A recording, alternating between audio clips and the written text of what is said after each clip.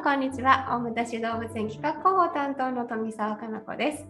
今日はウクライナのハルキフ動物園の方とつながっております。Hi, Yevgen, how are you? Hello, yeah, now I'm more or less okay. Well, as it can be during the war, of course. So I'm now in the city of Kharkiv, and I work here. I'm a lecturer in Karazin Kharkiv National University. I teach there at the Department of Genetics and Cytology, and I also work as an educator in Kharkiv Zoo. Okay, so you have been working in a zoo long time, right? Yeah, it was about 15 years now. So I came to the zoo when I graduated from the university. It was my first job and I still work there. I see. Thank you so much for joining us today. It's really nice to welcome you to our YouTube channel. So I really appreciate you to join us. And I'm also glad that I have this opportunity to speak to people of Japan who support us a lot. And I would say that in general, Ukraine wouldn't do so well without this great international help. So that's a great deal. Yeah, thank you so much. Would you please introduce the zoos and aquariums in Ukraine? I would say that there are a lot of animal holders in Ukraine, people who keep wild animals, institutions who keep wild animals, but not all of them are really zoos.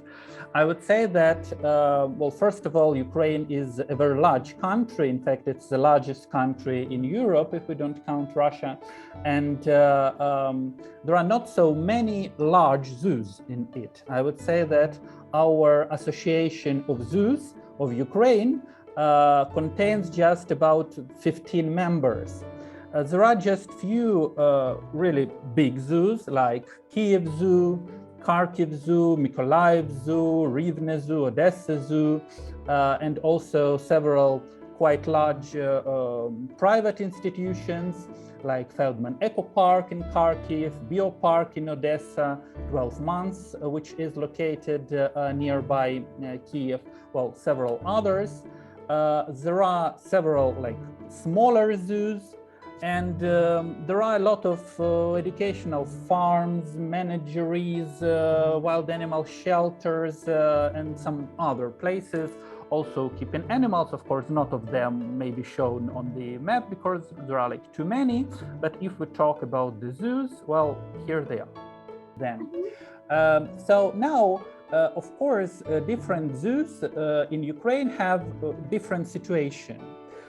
There are zoos which are situated in Western Ukraine, like Vinnytsia Zoo and Rivne Zoo, Lutsk Zoo, Limpopo Zoo in Medenichi, and some other institutions which are more or less safe at the moment, yeah, because the war conflict does not directly affect them. However, even they might experience certain difficulties now. First of all, because there is a shortage in money, because less people are visiting zoo during the war. Well, that's quite obvious. A lot of people left Ukraine, yes, so several million people just left Ukraine, and some other people just do not have money for visiting zoo nowadays. They use money for more basic needs, so they have some shortage in money. And also they have to house certain animals which were relocated from eastern Ukraine now. Yes, and for those animals, they need to build additional enclosures, they need additional supply, and so on. So in fact, they were also affected in a way. There are also the zoos which are situated at the occupied territories. There are territories temporarily occupied by Russia, and there are several zoos situated there. Of course, we have certain zoos in Crimea, which was occupied a long time ago in 2014. And we also have several zoos at the territories of eastern and southern Ukraine. First of all, there is a small zoo in Mariupol Mariupol is the city which is literally grounded now. So almost no intact houses are left in this city.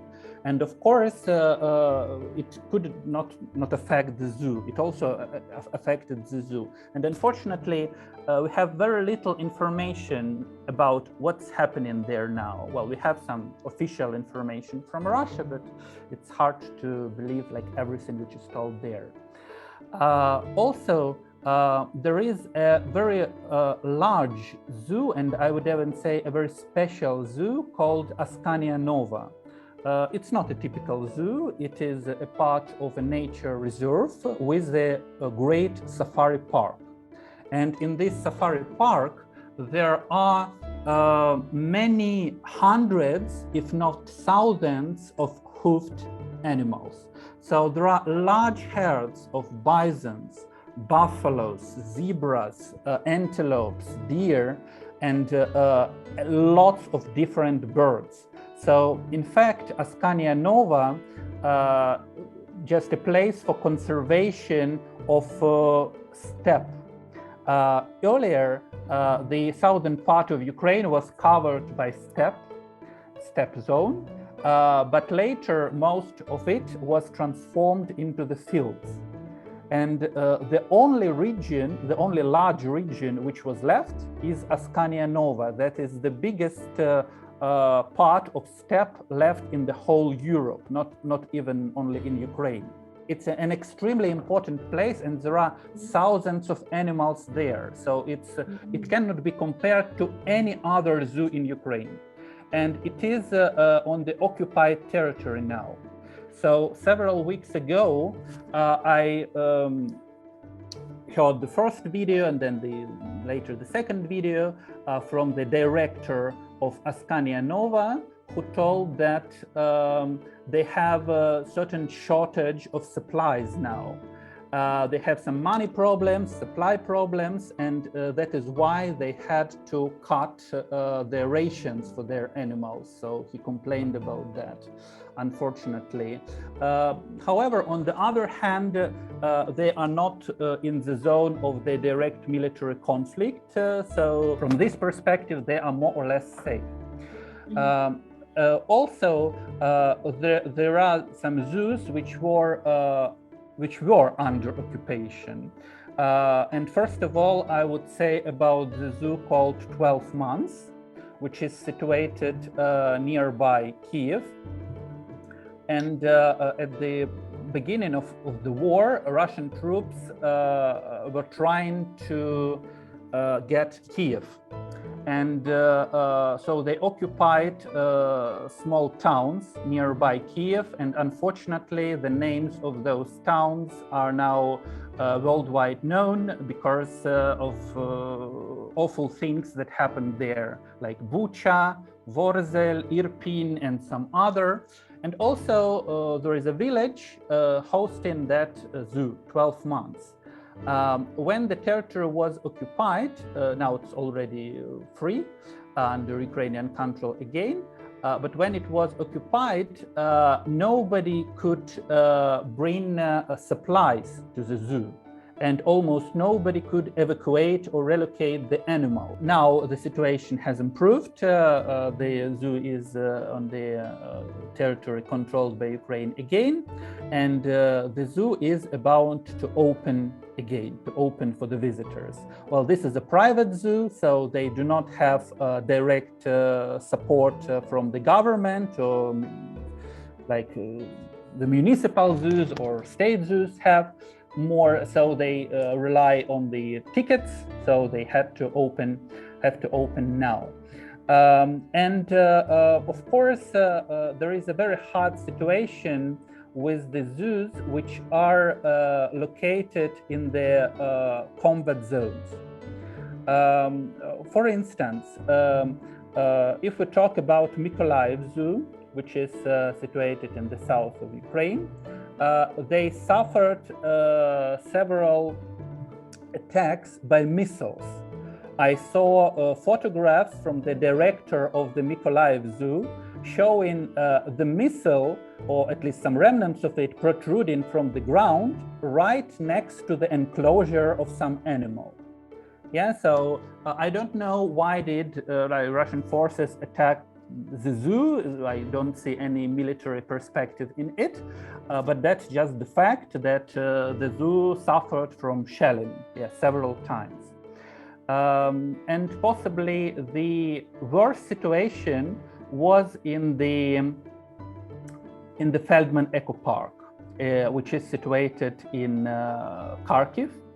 Actually, we have two zoos in Kharkiv, the one like I work in, the municipal Kharkiv Zoo, and the private one, Feldman Eco Park, which belongs to a member of our parliament, Mr. Feldman.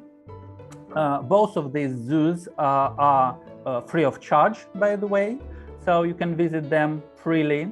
But if Kharkiv Zoo just stays in a more or less normal condition because it is in the central part of the city, Feldman Eco Park suffered a lot. Unfortunately, it is situated at the northern part of the city, next to the Ring Road of the city, and it appeared between attacking Russian troops and the defenders of the city. And because of that, a lot of enclosures in the eco park were destroyed by shelling. Several keepers of the eco park were killed. A lot of animals in the eco park also suffered or were killed by shelling or were shot. And the owner had to relocate all of the animals from the eco park. So I would say that the eco park does not function anymore. So it was a very hard situation there because they had a very large zoological collection there. It was even larger than the collection of Kharkiv Zoo, I would say, because, well, they didn't have like extra big animals like elephants or like rhinos, hippos, like we do, but they had lots of monkey species, lots of hoofed animals, lots of birds, and a lot of predators like lions and tigers, leopards, pumas, lots of them. And at some moment, they were trapped as 12 months almost. And the situation was even worse because animals were trapped almost without keepers, because keepers could not get to their working place. There is nowhere to hide in the eco park, like almost from the shellings. So it was very dangerous to go there. And only few people left there for this enormous zoological collection. And of course, you understand the consequences of it. And later, when it became possible, they started to relocate their animals. Some of them went to Kharkiv Zoo. Some of them went to the zoos of Western or Central Ukraine.